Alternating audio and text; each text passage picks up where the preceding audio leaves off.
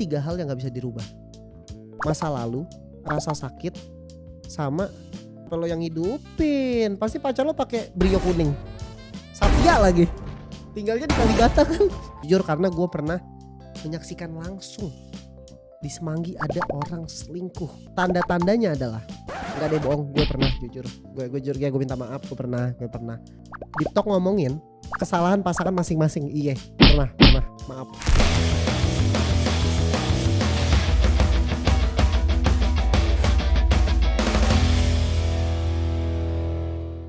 Welcome to Authenticity Class FM, the most authentic radio in town. Kembali lagi bersama gue Andri Senopati yang akan menemani lo sepanjang 6 jam, 7 jam, 8 jam ke depan dengan berita-berita autentik yang paling nyampe, info-info dan ilmu-ilmu mahal yang cuman lo bisa dapetin di sini, nggak di podcast sebelah. Oke, langsung saja. Berita yang pertama ini ada film yang lagi hype banget teman-teman. Sore, istri dari masa depan. Nah, ini buat badut-badut halu, kudunya lo nonton nih yang begini-gini nih. Ini film sedih, tapi lo coba bersedih di film ini nih. Mantap nih film nih. Ini film garapannya Yandi Lawrence teman-teman.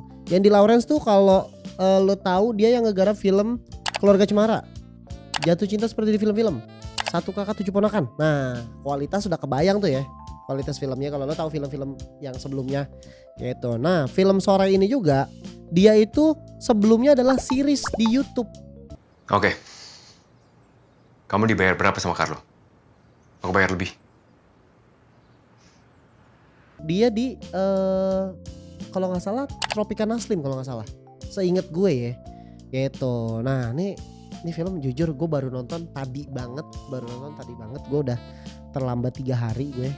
Jadi gue FOMO, gue paksakan gue nonton sendirian. Lo bayangin kanan kiri gue pasangan peluk-pelukan, gue nonton laki sendiri nonton Sore. Janggal sih, gue akuin sih emang. Nah, film ini latarnya tuh ada di Kroasia, di mana tempat si pemeran utamanya bekerja. Pemeran utamanya nih Jonathan yang diperanin sama Dion Wiyoko. Itu dia. Dan pasangannya Sheila Dara, dia memerankan Sore di film ini. Gitu, di Kroasia. Tempat si Jonathan kerja. Terus di awal film tuh kalau lo pernah nonton seriesnya, lo awal film tuh langsung ngerasa oh ini vibesnya Sore banget nih. Masih dibuka pakai lagunya Aditya Sofyan. Nah, try to let go the things I knew. Itu tuh lo wajib banget sebenarnya sebelum nonton filmnya, lo wajib banget nonton seriesnya menurut gue. Jujur gue nonton film Sore, ini film nyampe mentok, hati gue sakit. Gue barusan udah yang rating di Letterboxd bintang full, nggak ada ini, gue nggak ada pertimbangan, udah bintang full telak. Gue udah nonton seriesnya, gue sekarang nonton filmnya.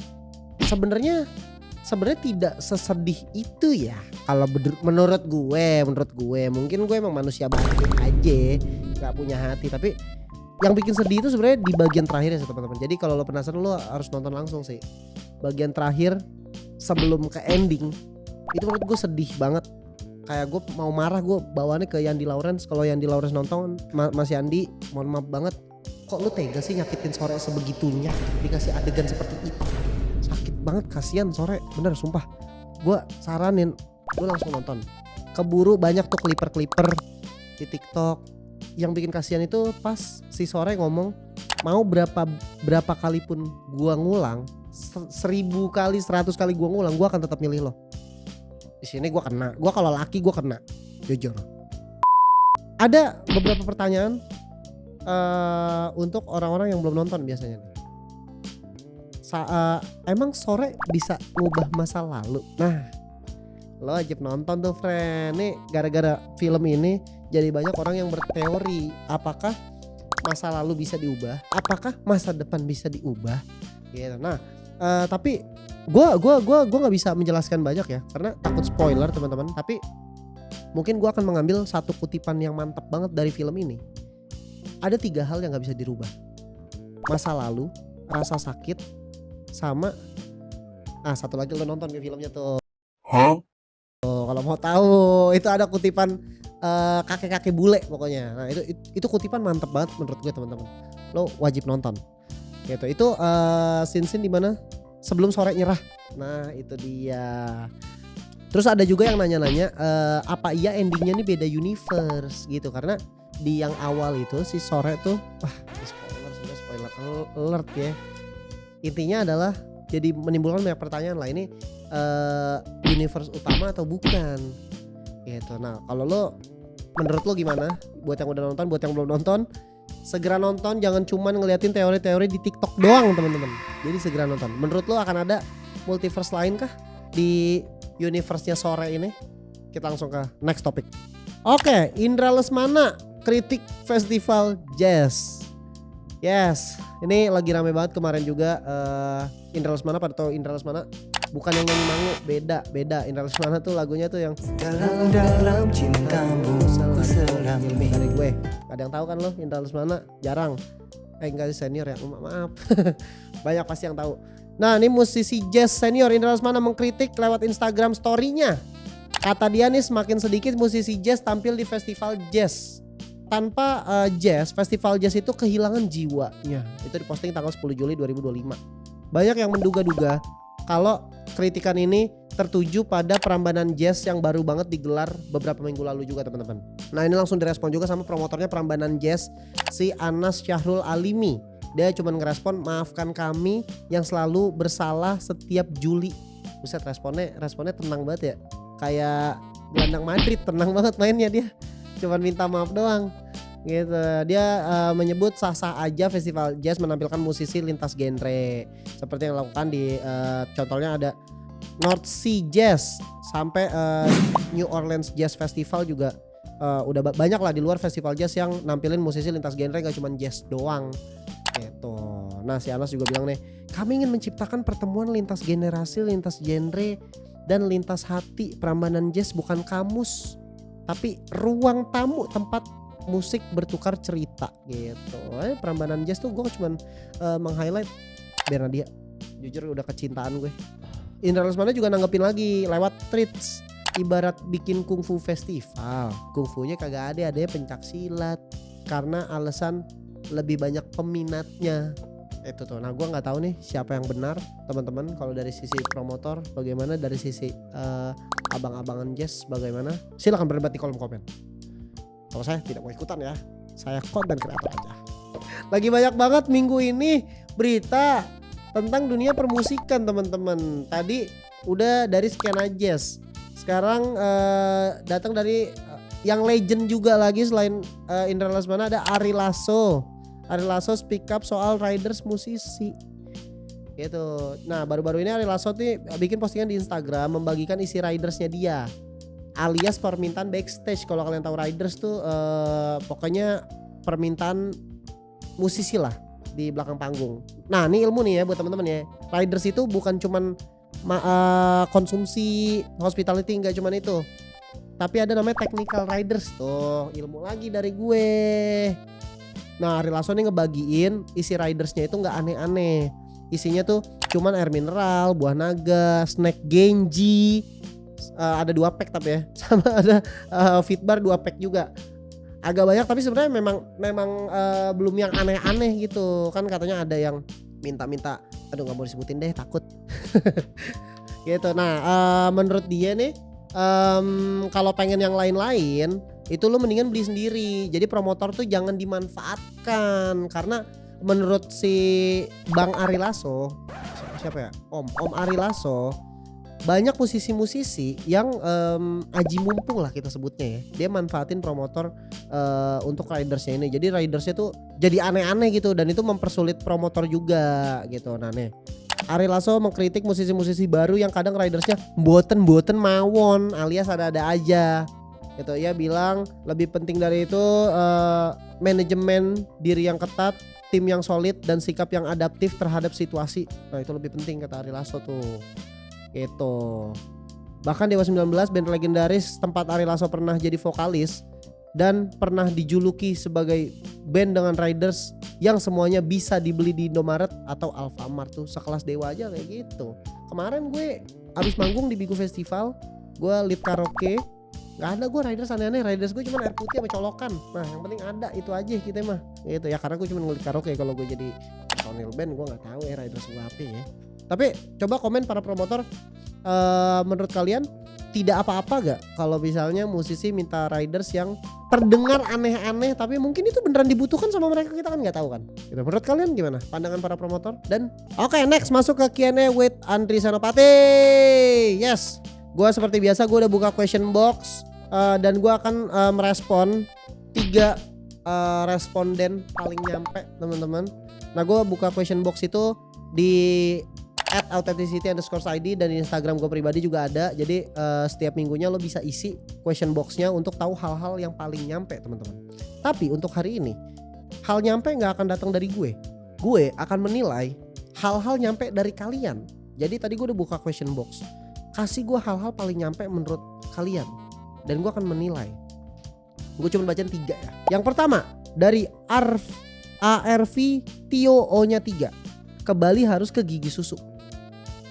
#Jaksel approve. Jujur. Iya, kalau lo main ke Bali, gigi susu tuh bare minimum.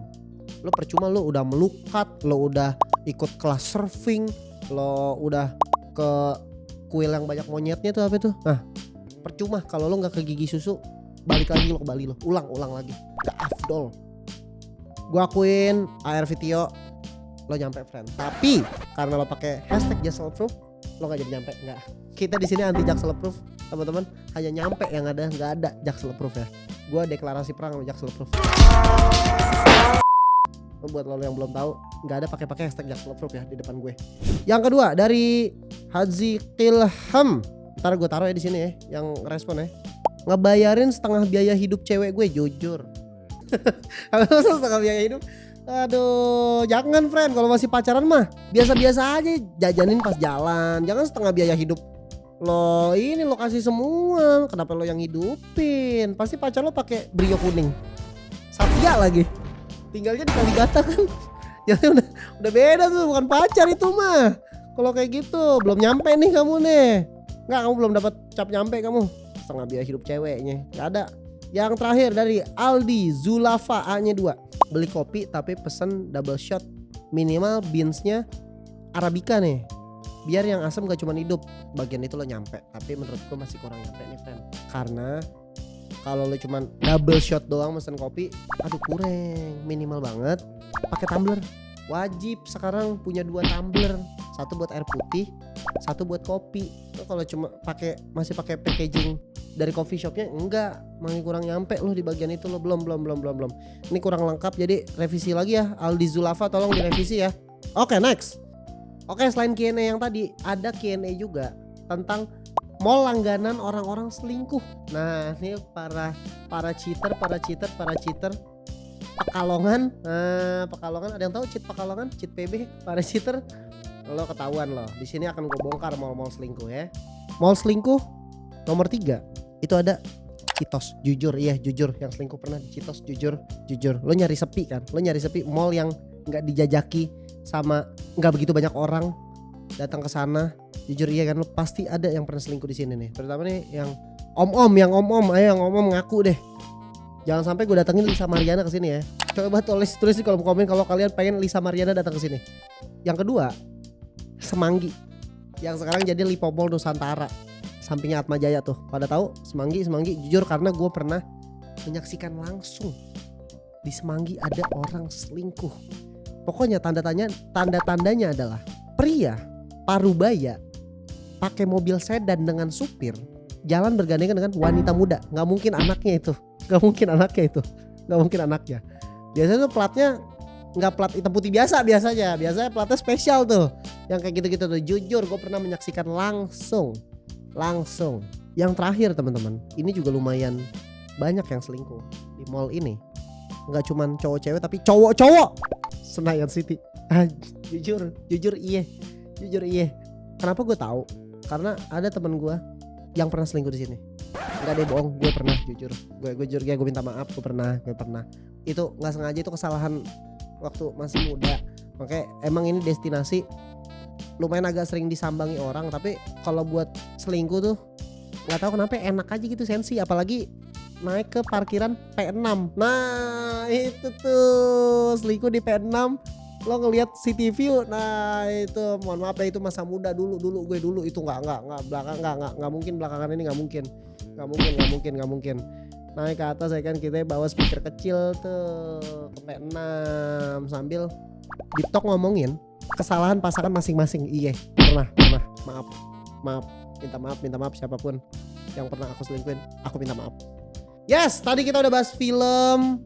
Kalau yang udah lo pasti yang masih nyangkut di kepala lo adalah soundtrack film Sore, lagunya Bara Suara yang berjudul Terbuang Dalam Waktu. Itu jujur masih nyangkut di gue juga, dan gue akuin recent play Spotify gue nih, kalau kalian gak percaya, tuh gue masih baca liriknya gue, karena masih nyangkut banget.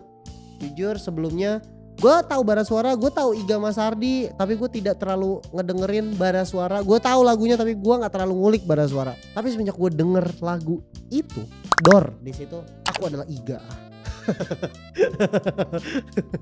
Bara Suara adalah hidupku. Nama tengahku adalah Andri Bara Suara Senopati. Nah, gue bakal kasih kalian semua 5 OST film paling nyampe sepanjang masa ya, menurut gue. Tapi ini film Indo aja kita mainnya. Yang nomor 5 ini masih di Desember kemarin, masih agak baru, tapi ini masih nyangkut juga. Berakhir di Aku It Gitaf.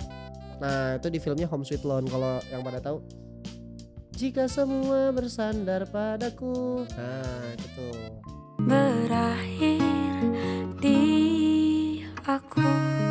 Lagu cakwe, nyender kayak gitu, ya kan? Nah, nomor 4 ada Kita Usahakan Rumah Itu dari Sal Priadi. Kita usahakan rumah itu. Ini ada di filmnya Satu Kakak Tujuh Ponakan. Jujur ya, Sal Priadi emang kurang ajar kalau bikin lagu. Penulisan liriknya itu loh, kok bisa ya ngena ya di sini ya. Itu film sebenarnya kalau nggak ada soundtracknya kayak biasa aja gitu. Ditambahin Kita Usahakan, kena di gitu. Jujur ini beneran kena banget gue. Nomor 3 ini yang cukup ikonik juga, kalau lo nonton NKCTHI dan lo inget Kale, lo juga pastinya nonton Story of Kale. Ada Sudah dari Ardhito Pramono. Pergi dan sudah. Ini lagu yang sedihnya tuh sedih ikhlas gitu, sedih yang harus ya lo harus terima, acceptance. Itu sedih banget menurut gue. Jadi lo wajib banget nih nonton Story of Kale. Ada tuh Sudahnya Ardhito di film itu. Yang nomor 2 nih mungkin lagunya agak asing karena tidak terlalu populer di kalangan Gen Z, tapi pada masanya Antara Kita Rida Sita Dewi ada di film Aruna dan Lidahnya.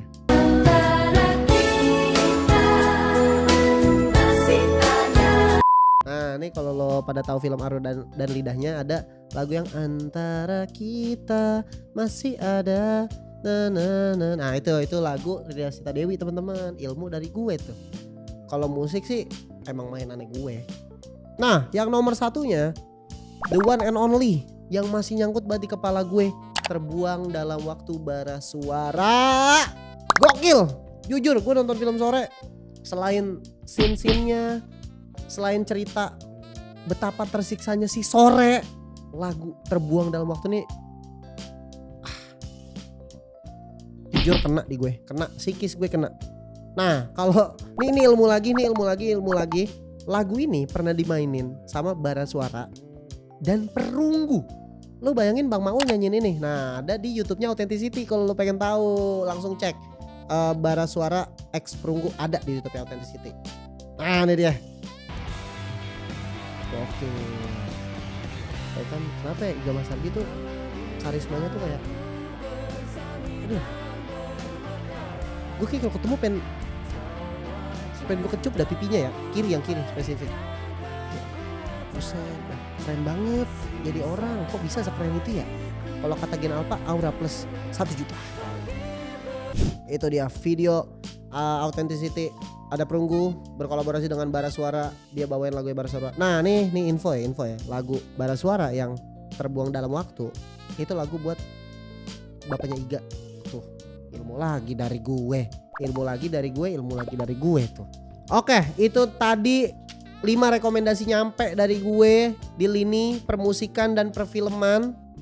Jadi kalau lo belum nonton Sore, segera nonton biar lo tahu betapa bagusnya Bara Suara. Lagu ini akan membuka jalan lo untuk mengulik Bara Suara lebih dalam, teman-teman. Yes, thank you buat yang udah nemenin gue sampai akhir. Kita akan ketemu lagi di setiap hari Rabu teman-teman. Jangan protes-protes. Mana katanya hari Senin, udah pindah dari episode kapan-kapan tahu udah gue sampein. Kita pindah ke hari Rabu. Setiap jam 7 malam kita tayang. Jadi langsung pantengin Instagramnya @authenticity_id dan Instagram @andrisenopati biar lo tahu jadwal Kelas FM. Thank you banget buat yang udah nemenin gue. Jangan lupa kasih terus insight buat program ini dan tanya terus ilmu-ilmu nyampe yang lo pengen tahu. Setiap minggunya gue bakal buka question box di Instagram gue pribadi @andrisenopati dan Instagram @authenticity_id. Langsung aja ditanyain biar lo semua pada makin nyampe, karena informasi-informasi nyampe dan autentik cuman ada di sini. Karena sebaik-baiknya identitas adalah originalitas. Di situ lo nyampe tuh kan. Ini asli gue.